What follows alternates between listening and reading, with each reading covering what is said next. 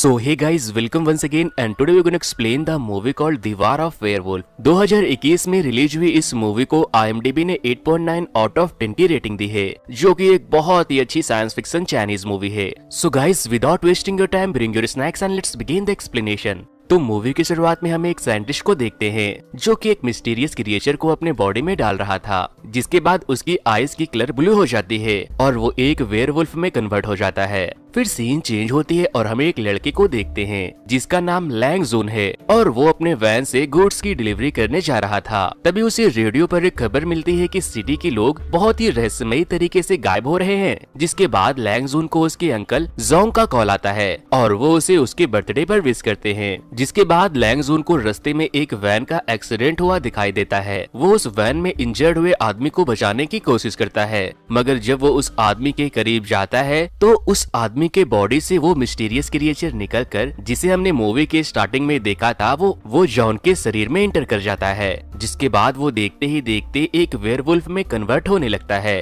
तभी वहाँ पर एक सीक्रेट कमांडोज की टीम आती है, जिसे देखकर ऐसा लग रहा था कि वो लोग पूरी तैयारी के साथ आए हो। वो लोग लैंग जून को कुछ कर पाते कि उससे पहले लैंग जून पूरी तरह से एक भयानक वेयरवुल्फ में बदल चुका था। जिसके बाद वो उन लोगों की बहुत कुटाई करता है और फिर हमें यहाँ पर एक छोटा सा फाइट सीन भी देखने को मिलता है। कमांडो की टीम में से एक लेडी जोंग के ऊपर ग्रीन बुलेट से फायर करती है, जिस वजह से वो घायल हो जाता है, मगर फिर भी वो ब्रिज के नीचे समंदर में जंप मार देता है और वहाँ से बच निकलता है। जिसके बाद वो फीमेल कमांडो अपने बॉस मिस्टर जियो को कॉल करती है और बताती है कि वो भाग निकला। ये सुनकर उसके बॉस जियो उसके ऊपर बहुत गुस्सा करते हैं, क्योंकि वो काफी वक्त से एक परफेक्ट पर्सन के खोज में थे जो कि उस क्रिएचर के साथ बिल्कुल ही अच्छे से अटैच हो जाए, मगर उसे अभी तक कोई भी ऐसा इंसान नहीं मिला था। नेक्स्ट डे जब लैंग जून अपने घर जाता है तो वो जानवरों की तरह बिहेव करता है और वो जानवरों की तरह खाने भी लगता है। जिसके बाद उसे वोमिटिंग होने लगती है, क्योंकि उसने एक साथ इतना सारा खाना जो खा लिया था। फिर जब वो खुद को मिरर में देखता है तो उसे मिरर में अपने अंदर वेयरवुल्फ की परछाई दिखाई देती है, जिसे देखकर वो बहुत डर जाता है और वहीं गिरकर बेहोश हो जाता है। जब लैंग जून को होश आता है तो वो खुद में आए चेंजेस को नोटिस करता है, जिसे कि अब उसकी सुनने की ताकत काफी बढ़ चुकी थी।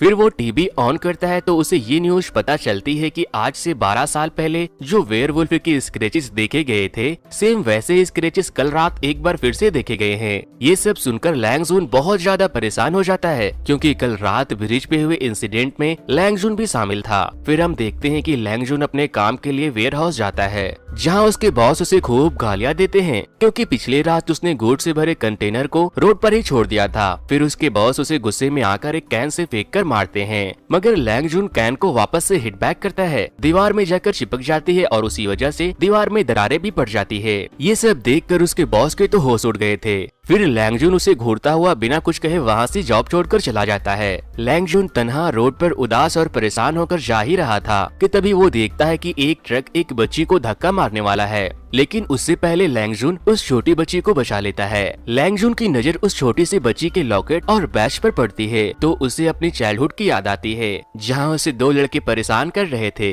लैंग जू बचपन में काफी भोंदू था, इसीलिए वो कुछ भी नहीं कर पाता, मगर तभी उसकी फ्रेंड चाओयू उसे आकर बचा लेती है, जिससे कि उसे याद आता है कि आज चाओयू का बॉक्सिंग मैच है। जिसके बाद वो तुरंत चाओयू के बॉक्सिंग मैच को देखने चला जाता है। चाओयू उस मैच को जीत जाती है, लेकिन तभी उसकी अपोनेंट उसे रिंग से बाहर गिरा देती है, मगर लैंग जून उसे गिरने से बचा लेता है। वहाँ मौजूद मिस्टर जियो का एक आदमी जून के ऊपर नजर रख रहा था और तभी उस जिम के ओनर का बेटा भी वहाँ आ जाता है और वो जून को बॉक्सिंग के लिए चैलेंज करता है, लेकिन चाओयू उसे बहुत मना करती है कि वो चैलेंज एक्सेप्ट ना करे, मगर जून उसकी नहीं सुनता और वो चैलेंज एक्सेप्ट कर लेता है। और फिर उन दोनों के बीच फाइट शुरू होते ही खत्म हो जाती है, क्योंकि जिम का ऑनर जून को एक ही किक में पछाड़ देता है और जून वहीं बेहोश हो जाता है। दूसरी तरफ हम मिस्टर जियो को देखते हैं, जो अपनी खास फीमेल कमांडो के साथ बैठकर जून को कैमरे में देख रहा था। और यहाँ हमें ये भी जानने को मिलता है कि मूवी के स्टार्टिंग में जिस साइंटिस्ट को दिखाया गया था वो कोई और नहीं बल्कि जून के फादर थे, जिनकी किसी रीजन से डेथ हो गई थी और जून की मॉम की भी एक डिजीज की वजह से डेथ हो गई थी।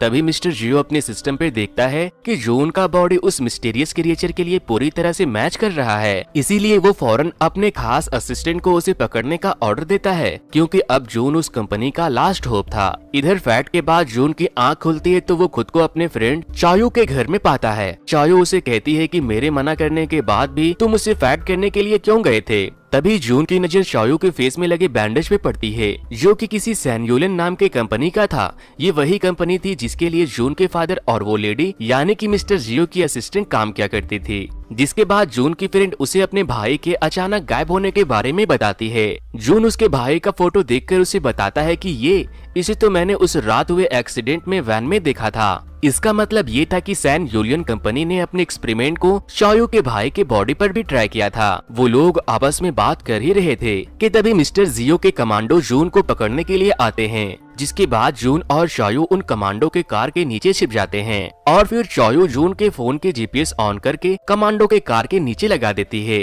ताकि उसे उसका लोकेशन मिल सके। फिर चायो जून से पूछती है कि वो लोग तुम्हें पकड़ने क्यों आए थे। जून उसे बताता है क्योंकि मेरे अंदर एक क्रिएचर है जिस पर वो लोग एक्सपेरिमेंट कर रहे हैं। इसके बाद जून इस क्रिएचर के बारे में जानने के लिए अपने अंकल जॉन्ग के पास जाता है और उसके अंकल भी उसके फादर की तरह एक साइंटिस्ट थे। लेकिन जब जून उनके लेबोरेटरी में पहुंचता है तो वो देखता है कि वहां आग लगी हुई है। तो जून अपने अंकल जॉन्ग को बचाता है और सब कुछ नॉर्मल होते ही वो अपने अंकल से सैन यूलियन कंपनी के बारे में पूछता है, मगर उसके अंकल को भी उस बारे में कोई जानकारी नहीं थी। फिर जब जून वहां से वापस अपनी दोस्त चायो के घर जा रहा था तब वो वुल्फ के तेज कानों से नोटिस करता है कि कोई उसको फॉलो कर रहा है और फिर वो उस लड़के को डंडे से मारकर उसे पकड़ लेता है। जब जून उस लड़के से पूछता है कि तुम मुझे फॉलो क्यों कर रहे थे तो वो लड़का उसे बताता है कि वो उसको फॉलो करना नहीं चाहता था, मगर उसे भी सैन यूलियन कंपनी के बारे में जानना था, इसीलिए वो उसका पीछा कर रहा था। और फिर वो लड़का अपने बारे में ये भी बताता है कि वो एक बहुत ही अच्छा हैकर है और उसका नाम कैजो है। ये सुनकर जून और चायो शॉक्ड हो जाते हैं और कहते हैं कि क्या तुम सच में कैजो हो? तुम्हारे बारे में काफी सुना है और तुम्हें कौन नहीं जानता, तुमने तो बड़े बड़े क्रिमिनल को पकड़वाया है। जिसके बाद जून उस हैकर यानी कि कैजो को अपनी टीम में शामिल कर लेता है। कैजो जून की टीम में आने के बाद उन दोनों को एक प्रेजेंटेशन के थ्रू उस कंपनी के बारे में सारी इन्फॉर्मेशन देने लगता है। वो बताता है कि ये कंपनी ऑयल के लिए फेमस है, मगर इस कंपनी में वो लोग इलीगल केमिकल वेपन को दूसरे कंट्री में ट्रेड करते हैं और इसी कंपनी में जून के फादर और उनके अंकल भी काम किया करते थे। और अब तक जितने भी लोग गायब हुए हैं उनके गायब होने से पहले उन्हें एक आइलैंड पर गेम खेलने का ऑफर दिया गया था। जिस पर चायो कहती है कि हाँ, मेरे भाई को भी एक गेम खेलने का ऑफर मिला था, पता नहीं वो किस तरह का गेम था और वो कौन से आइलैंड की बात कर रहा था। नेक्स्ट सीन में जून और चायो घर से बाहर घूमने को जाते हैं। तभी कैजो का कॉल आता है। इससे पहले कि वो जून को कुछ बता पाता मिस्टर जियो और उसके कमांडो वहां आ जाते हैं। जून अपनी फ्रेंड के जान को खतरे में नहीं डालना चाहता था, इसीलिए वो उनके साथ जाने के लिए तैयार हो जाता है और फिर जून उनकी कार में बैठकर चला जाता है। मगर उसी वक्त जून की फ्रेंड यानी कि चायो कार का पीछा करके उसे नीचे रास्ते में रोक लेती है। अब जब चायो एक बहुत ही अच्छी बॉक्सर थी, इसीलिए वो सबसे फाइट करके जून को उन लोगों से बचा लेती है।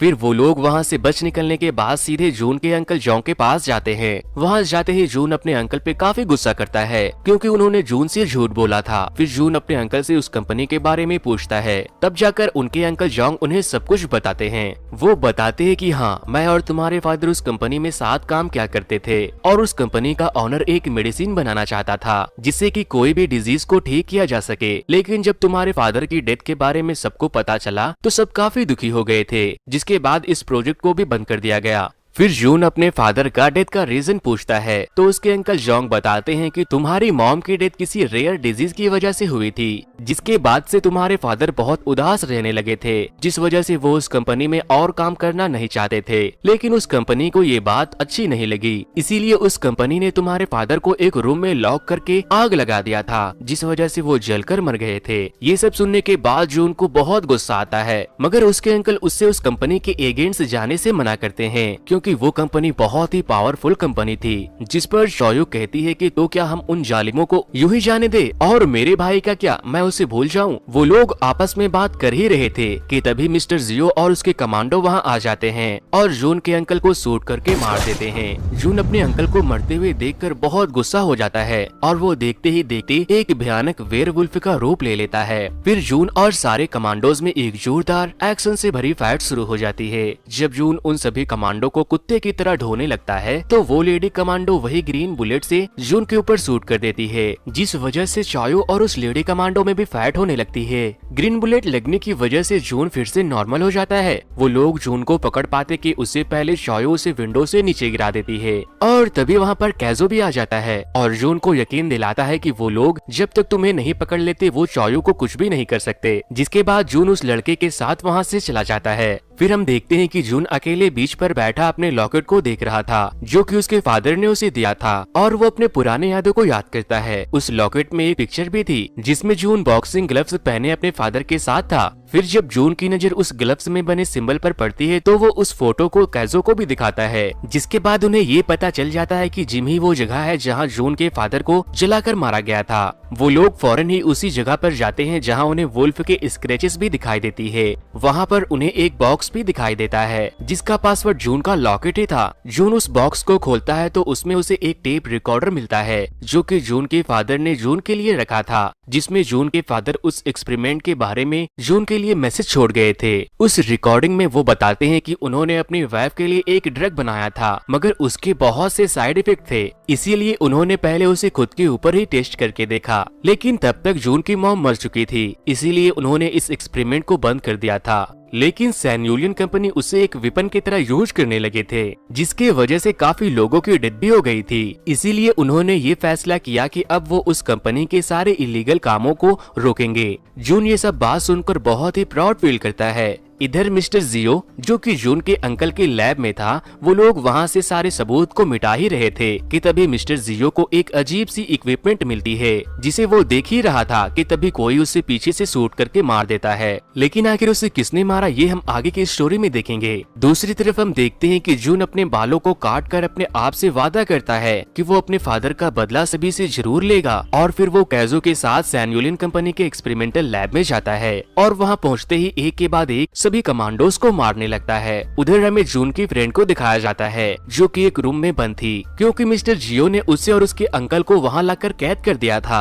फिर चॉयो अपने बगल वाले रूम में अपने भाई को भी देखती है और उसे यकीन दिलाती है कि जून हमें यहाँ से बचा ले जाएगा। जून के लैब के अंदर जाते ही बहुत सारे गार्ड्स उसे रोकने आ जाते हैं मगर जून अपने वेयरवुल्फ के पावर से वहाँ के सारे कमांडोज को खूब मारता है और ये सब देखकर कैजो को खूब मजा आ रहा था। जिसके बाद इन लोगों को कंपनी के एजेंट्स प्रूफ खोजना था ताकि वो लोग उस कंपनी को बैन करवा सके, इसीलिए वो लोग अलग अलग रास्ते में चले जाते हैं। जून चॉयो को बचाने के लिए जाता है और वो वहाँ उस रूम की की को खोजने लगता है मगर तभी वहाँ अंकल जोंग आ जाते हैं जो कि अभी भी जिंदा थे और फिर वो जून को बताते हैं कि जो मेडिसिन तुम्हारे फादर बनाना चाहते थे वो आज मैंने तुम्हारे ब्लड की मदद से बना लिया और अब देखो मैं बिल्कुल ठीक हूँ, इससे मुझे अब कोई भी बीमारी नहीं हो सकती। वो जून से अपनी खुशी जाहिर कर ही रहे थे कि तभी जून के अंकल और उसके फादर का वीडियो प्ले हो जाता है जिसमें जोंग उस कंपनी से मिलकर इलीगल वेपन बनाना चाहते थे लेकिन जून के फादर उन्हें ऐसा करने से रोक रहे थे, इसीलिए उसी ने उस रूम में आग लगाकर उनके फादर को मार दिया। ये सब देखकर जून को समझ आ गया था कि इस कंपनी का मास्टरमाइंड कोई और नहीं बल्कि उसके अंकल जोंग थे।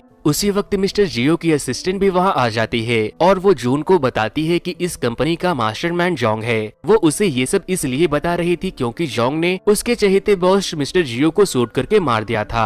जिसके बाद वो लड़की जोंग पे गोली चलाने लगती है मगर जोंग को घंटा फर्क नहीं पड़ता क्योंकि उसने भी वो मेडिसिन खा ली थी जो कि जून के ब्लड के हेल्प से बनाए गए थे। जिसके बाद वो भी एक वेयरवुल्फ का रूप ले लेता है और फिर जून भी एक वेयरवुल्फ में कन्वर्ट हो जाता है। जिसके बाद उन दोनों में काफी फैट होती है। वो दोनों फाइट करते हुए लैब से बाहर आ जाते हैं। दूसरी तरफ कैजो चॉयो और उसके भाई को वहाँ से बाहर निकाल लेता है जिसके फौरन बाद चॉयो जून की हेल्प करने के लिए उस कमीने जोंग के गले में एक रस्सी बांध देती है मगर उसे इससे भी कोई फर्क नहीं पड़ता बल्कि वो उल्टा चॉयो को ही बुरी तरह से इंजर्ड कर देता है। इससे पहले कि जोंग चॉयो को जान से मारता जून वो रस्सी खींचकर जोंग को ऊपर टांग देता है जिसका फायदा उठाते हुए चॉयो एक वायर से उस कमीने जोंग को करंट लगाकर मार देती है। मूवी के एंड में हम देखते हैं कि जून अपने रूम में एक बुक को पढ़ते हुए न्यूज देख रहा था जिसमें ये बताया जा रहा था कि शहर के खोए हुए लोग अब मिल चुके हैं मगर उन सब के बॉडी में एक अजीब सा निशान है। और इसी के साथ ये मूवी यहीं पर खत्म हो जाती है।